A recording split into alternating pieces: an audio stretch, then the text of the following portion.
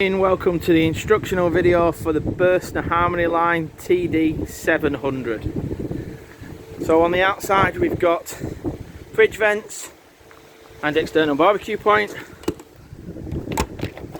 Toilet cassette is just located just there. External aerial point and 12 volt and mains connection in the outlet just there. Inside the vehicle we have your toolkit. We have your carpets, pigtail for the gas, and your awning pole. I will send you separate awning on how to use the awning. We have storage in the cupboards there, and your tyre inflation kit just in the back corner, just under there. Your box for your TV, the customer's chosen to have a TV fitted. They don't come standard with them. You'll see your awning up there, your reverse camera just there, and your back panel just there. Door on both sides on the Burstners, again giving you access to in there. It is heated once the heating's turned on, and it is a full GRP floor. Forward of that we've got a gas locker area, and this couple's decided to have a gas flow system fitted. This is a twin bottle system, so to 11 kilos that are fitted to this with an auto changeover valve. So we will explain how this works on the day. We have put, as agreed with this customer, the filler port just in the corner, just there. In front of that we've got the trim vent. This does get warm, and then we've got your service area where you can see I've plugged the vehicle into mains at the moment. On the door you have your waste key and your fresh water filler point. Your waste key, as the sign says there, goes onto the little bracket here, so there, and empties it through the grey pipe just at the side. The freshwater tank is transparent, and to empty and close it you turn it anti-clockwise to empty it, and water will come out underneath clockwise to fill it up. Now there are 2 points, a 20 litre and a 120 litres. From empty you will hear it click once. If you only leave it to click once, it will only fill the tank up to 20 litres and no more. Keep turning until it's finger tight, it'll allow you to fill the tank up to 120 litres. Below at the bottom here you've got your little yellow toggle valve, which is in the horizontal position. That allows you to fill up your water lines past the boiler. In the horizontal position they'll drain out underneath, so make sure that they're shut. And in front of that we have your frost protection valve. So you'll just see there we've got the actual valve itself, which needs to be across the vehicle while in use, front to back when you're emptying it. And just at the bottom down here we have a little blue button which allows the boiler to fill up. If you flick that, water will come out again underneath the vehicle, and you'll see the little blue valves popped out. To get it back in place, we flick it across and press that little button in at the bottom. That is your frost protection valve. So everything nice and compact in that one area. You'll see there's even a cutout for the mains cable to fit in nice and neat. Forward of that we've got your diesel. This is a 2019 model, so it doesn't have the AdBlue if you are wondering. And underneath the seat itself here we do have all your fuses, your main electrical box, and everything that you will need to know about the electrics. The bonnet release catch is located just here, and the engine battery, like on all Fiats, is located just underneath that panel there. We do have an area here which has a USB port, so if you want to plug in any media, and it is also cooled in that area. And we have a glove box just there for items that are stored away. The seats themselves will adjust on the backrest using that, and height adjust using the paddles there. To slide it forward and backwards you'll just use the bar at the front, and to take it off the forward facing position you'll just pull that little lever just there, but like I say, only when forward facing. Window switches and Remis cab lines. The Remis cab lines are fitted on the front windows as well as both side windows. Just nicely back in there. The bonnet release catch, as in most Burstners, is just located just there. And again we have oil positive, negative point, and the windscreen wash just on the opposite side. This is a 130 brake horse. The mirrors fold in manually and then electrically operate using the little joystick here. We have the window switches just here as well. Trip counter on the end of the stalk where the steering wheel can be found, and you've got steering wheel controls just on this particular model. Underneath here you have storage, you can utilise that, and again heater pipes that come to the front and underneath the chairs to stop any heat dead spots in the vehicle. The step is electric and you are fitted with a premium door which has the blind and the fly screen located, as well as a bin. The step is moved by switching the button either up or down, just moving the step position. Into the vehicle we have the main control panel. So we turn it on and off by pressing the button there. You can see that we're plugged into main, so it does identify that and tell you. We have, by pressing and holding it, tell us what level is in the habitation battery and what level is in the engine battery currently. To the opposite side, it gives us a gauge to tell us what's in the freshwater, and then again a gauge to tell us if there is anything in the wastewater. To turn the water pump on, it's that switch there and it is illuminated. So nice and easy to operate and easy to understand. Next to that we have the Truma heating and hot water system. So on here I'm going to just quickly change it to electric so it doesn't trip out. Again, always try and make sure your gas and electric's turned on first of all before you start changing and the programs on these. First of all, we want to change the temperature, so we'll move the dial along just there till we get the desired temperature.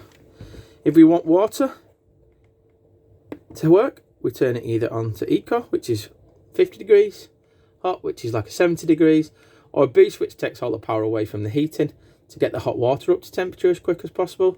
And you'll see that whatever you choose leaves it above the line above. The next option, you can either choose electric 1 kilowatt, a mixture of gas and electric, 2 kilowatt, gas and electric 1 kilowatt, gas only, or all the way to the other side, electric 2 kilowatts. Again, making sure that if you are selecting gas or electric that you're either plugged in or your gas is turned on.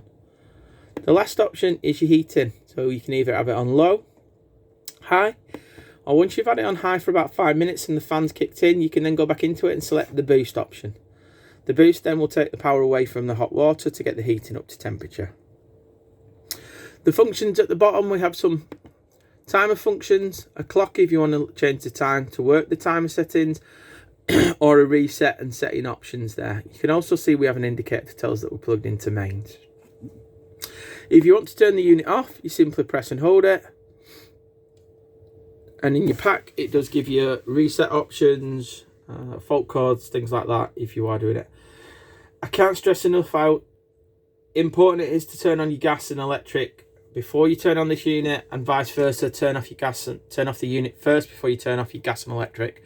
That will just save you plenty of issues with the tripping function on the boiler. It's there to produce and provide a safety net for people that forget or if electric trips out, but it can cause you problems if you don't turn off your units before turning on the panel, or turn off the panel before turning off your units before you go in. Simple instructions to follow really. This customer wanted a 24-inch TV fitted, and we have fitted this on a sliding bracket so that it can be watched from in bed at the front, or sorry, in watch it from the front, or it can be watched from in the bedroom. Just like that. So moving into the bedroom area, we have the shower, and the switches just to this side will work the shower or the back lights. We have the screen that is just located just there. Yeah. Folds away when you're not using it, and then in transit we do tell you to have it just magnetised onto the strip there. We have a dividing door between the living area and the bedroom area. And here we have your toilet. So we have your sink, your shower, your toilet switch. So once the pump's on, you must have the pump on, press that, that will allow water to come through to the toilet and fill up the toilet. You have an indicator to tell you when the toilet is getting full. And to remove the toilet, you must have the blade valve in the closed position. To open and close it, you turn the little switch here. So towards the back of the vehicle is open, towards the front of the vehicle is closed. The toilet does also move around into different positions depending on what room you want. And we have storage inside here,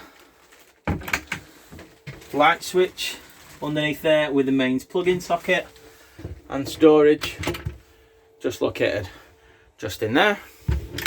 The windows all have pleated blinds, and you simply pull the toggle down to release the blind down, pull it up, and then move it up there to hold it in place. You do also have a fly screen and a blind on the windows, same in here and same on the front windows. The windows themselves, you press the little button in, lift the handle up, lift that up, and then turn the lever to just hold it in place like so, and then release it to close it and pull it back just like that. Heating and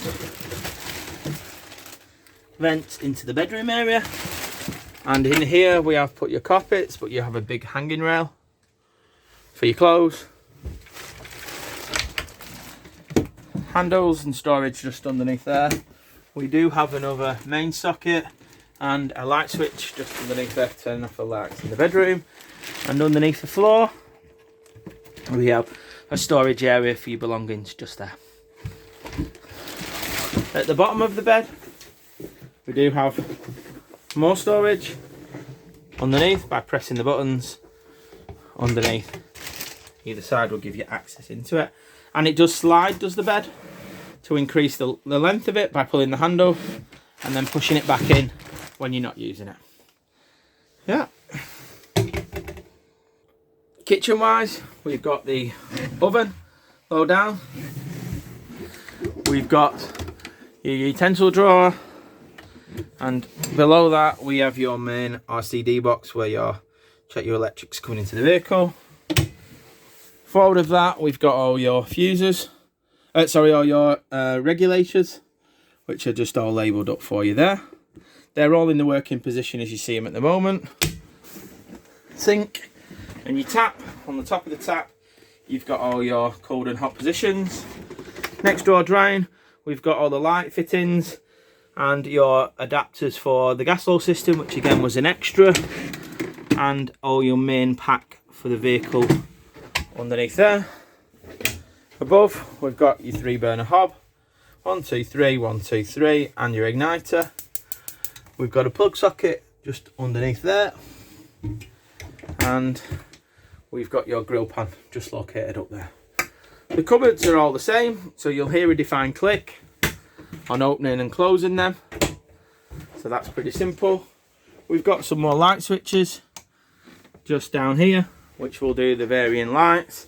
This one in the front also works separately off this switch just down here as well. The table does extend and remove. To extend it you simply pull that down and it will swivel. To move it you literally will lift it off, so you'll see that little red toggle, and then you can lift the table off. 2 travelling seat belts, and again with another storage unit underneath for your belongings. Just pops back in place. The fridge turns on by pressing it and will illuminate, so you can either select manually gas, manually engine battery when the engine's running, or electric, or you could select automatic, whereas you'll see there it's automatically selected the automatic function because I'm plugged into mains. There is a little sticker telling you about the gas lockout, so if you it's trying to trying to go on gas and it locks itself out, you must reset it. So that is the reset. And you have your temperature gauge just there to change the temperature of the unit. Inside it does light up, so it's bright and airy. You can see that. You can remove that top cooler area if you want as well. When you turn the unit off, press and hold it and the lights go off to simply tell you that it is turned off. Again, this side we've got your cupboard located and your seats swivel just in the position there, just as I've shown you previously. On the seat itself, you can slide it around the steering wheel and the handbrake cable just using the bar at the front of the Fiat. You've got the steering wheel controls, we've got cruise control and speed limiter on the lower, indicators and lights on the top. This is a manual version and it has manual air conditioning as part of the chassis pack. Lock buttons, hazard lights, traction plus and hill descent, drinks holders, and this has got the navigation option for the head unit. You simply use the home button to navigate you through, either manual options for your radio, so you can hit the drop down menu, select either radio, Bluetooth, digital radio, your auxiliary if you're plugged into it, or simply it's simply off. On your radio, you simply just tune it in by pressing and holding it, and that will tune and pre-populate a channel of your choice. To store it, you simply then will just press and hold the button and that will store it in. The camera option, you press the camera, it will bring up the image for you. You do need your ignition on to do this, and then you've got your nav option by pressing your camera off and going into your nav. That will bring up your nav option just like that. Pretty self-explanatory is the navigation. We do tell you to read your handbook, but it is an easier one to use than some of the other more technical ones. Above it we have your phone and tablet holder if you want to put them just there, and the Remus cab blinds as I mentioned previously. This pretty much concludes the handover video for the Lyseo Harmony Line TD700. I hope you found it informative and useful, along with the manuals and the books that you're given. It will help you navigate around the vehicle. Just lastly, before we leave, turn it off, press that button there, and everything bar your welcome lights will go off. We do look forward to your feedback. Please give us any tips and advice of how we can make this more enjoyable for you, but we look forward to seeing pictures and you guys in the future. Thank you.